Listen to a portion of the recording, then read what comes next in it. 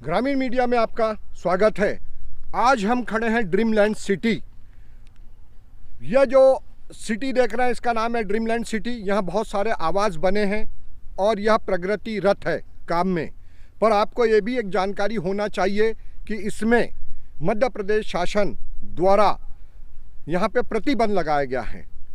आज जो हम मुद्दा लेकर आए हैं इसमें दो मुद्दे हैं। श्रीमान अधिवक्ता जी महोदय हैं, इन्होंने रेरा के तहत इसमें प्रकरण पंजीबद्ध किया इस कॉलोनी का, और यह प्रकरण को जीते तो अभी तो इनसे इनके वकील साहब से भी बात कराई। दूसरी जो महत्वपूर्ण बात है, जो आप हमारे पीछे देख रहे हैं शिव जी भगवान की प्रतिमा, मुल्ताई में केवल दो पहाड़ हैं। एक पहाड़ है ईदगाह टेकड़ी जो ताप्ती वार्ड में स्थित है, और दूसरी पहाड़ी है यह ड्रीमलैंड सिटी के अंतर्गत स्थित है। आज इसको खुदाई को लेकर लोग बहुत आंदोलित हैं। कई जन संगठनों ने कल की तारीख में ज्ञापन दिया, ज्ञापन भी अधिकारियों ने लेने से कर दिया था इनकार।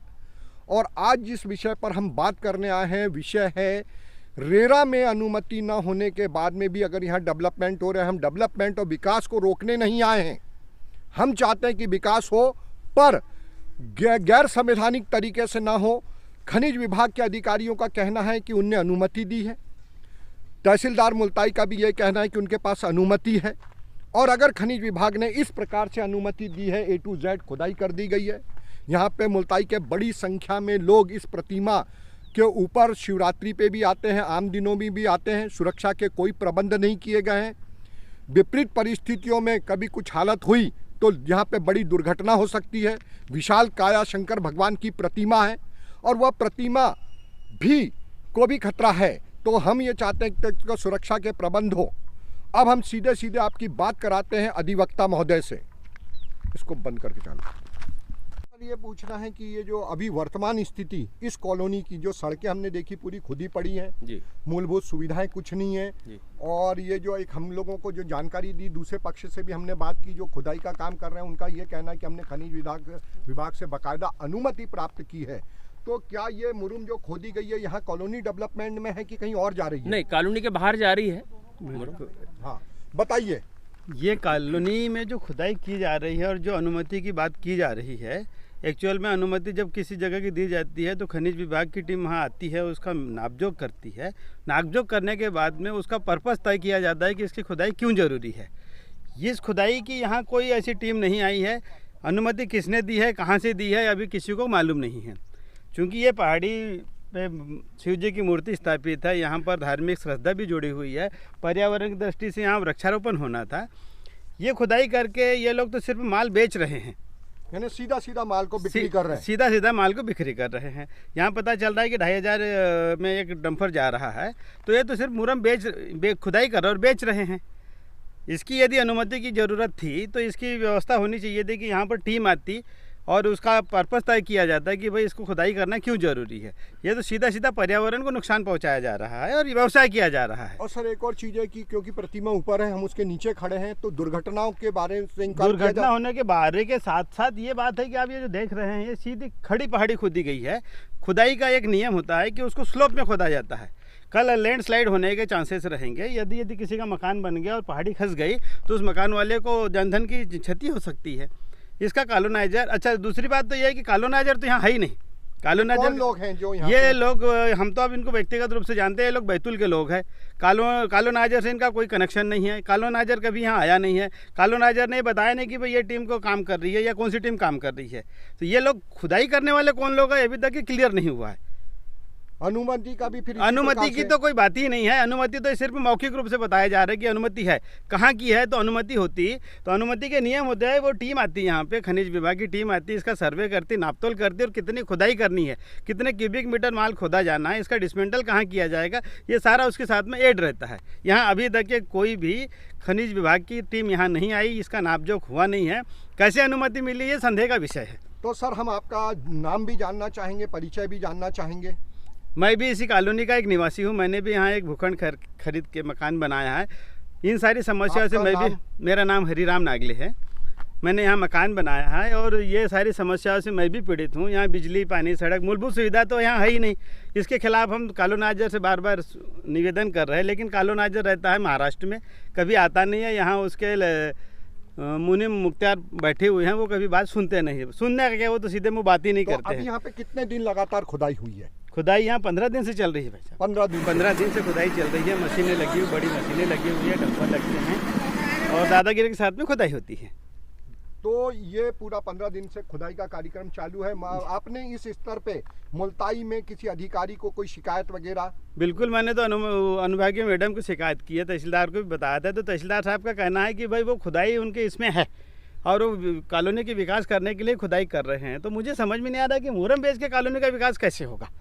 तो ये एक बड़ा मामला श्री राम हरि नागले जी ने खड़ा किया है और इस पर हम चाहते हैं कि मध्य प्रदेश शासन ने संज्ञान में लेना चाहिए। इस कॉलोनी के लोग आंदोलित हैं। का नाम बताते हुए बताएं क्या है मुद्दा। मेरा नाम श्रवण कुमार गुजरे है। मैं सिविल कोर्ट मुल्ताई में वकालत करता हूँ। सन 2011 में मैंने यहाँ प्लाट लिया।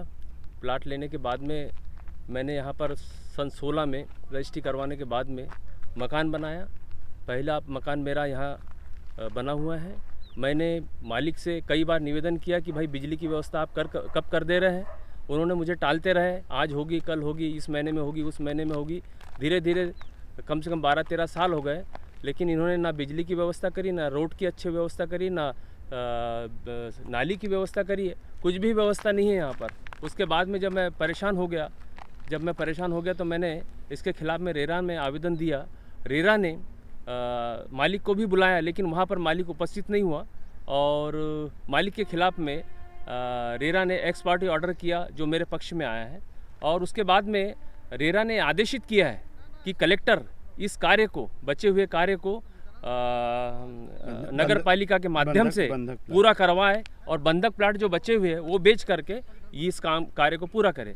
लेकिन नगर पालिका ने भी इसमें किसी भी प्रकार का इंटरेस्ट नहीं लिया और अधिकारियों द्वारा मनमाने तरीके से इन्हें प्लाट बेचने की अनुमति, खुदाई की अनुमति, ये सारी अनुमति इन्होंने दे के रखी है। जो अभी खुदाई भी हो रही है और अनैतिक रूप से ये पूरा जो कार्य हो रहा है बिजली का, ये भी जो कि नगर पालिका को करना चाहिए था, ये मालिक एक्स पार्टी होने के बाद में भी मालिक कराया जा रहा है। ये बिल्कुल निराधार है, गलत है और इसके खिलाफ में तुरंत एक्शन होना चाहिए। और जो कार्य नगर पालिका को कलेक्टर ने सौंपा है, नगर पालिका ये पूरा कार्य करे, या तो फिर मालिक जो है, जो एक्स पार्टी ऑर्डर हुआ है उसके खिलाफ में वो अपील में जाए और अपील में स्टे लेकर आए, स्टे से आगे का कार्य करे। हमारा सर जय हिंद, जय भारत। जैसा कि अभी आपने इस वीडियो में देखा, मुरुम परिवहन देखा, खुदाई देखी, प्रतिमा की वर्तमान स्थिति देखी, एक अधिवक्ता ने जो रेरा में प्रकरण दर्ज किया था उसमें एक पक्षी उनकी जीत हुई है। यह जो आप दस्तावेज देख रहे हैं, यह वो एग्रीमेंट है जिनको बंधक रखा गया है। बंधक प्लाटों को, और ओरिजिनल मालक नहीं है, ये एक अनुबंध कर इस पर क्रय विक्रय हो रहा है, जबकि नगर पालिका मुल्ताई को इन प्लाटों को ओपन बेचकर और डेवलपमेंट करने का आदेश है। प्रबंधन में समिति है। ग्रामीण मीडिया ने पूरे मामले को देखा और आपको यह भी बताया कि खुदाई से लेकर परिवहन तक पूरी स्थिति को हमने स्पष्ट किया है। यह मुरुम कहाँ से खोदी जा रही है, कहाँ डाली जा रही है और कहाँ फेंकी जा रही है। अब बस मामला बच गया है कि जो खनिज विभाग ने अनुमति दी है वो कितनी मात्रा की दी है, इसको सेल करना था कि वहीं की स्थानीय रोडों को सुधारना था। आज हमने सर्वे में पर देखा तो पूरी वहाँ की क्षतिग्रस्त रोडें हैं और यह 40-40 और 50-50 टन के डंपर जो चले हैं उसके कारण जो पूर्व में भी सड़कें थी वह भी पूरी तरह से डैमेज हो चुकी हैं। आज वहाँ के जो रहने वाले हैं वह इस मामले को लेकर बहुत परेशान हैं। इसकी जांच की जानी चाहिए और मूलभूत सुविधाएं इस कॉलोनी वालों को देना चाहिए। यह हम लोगों का इस मामले में पूरा कहना है।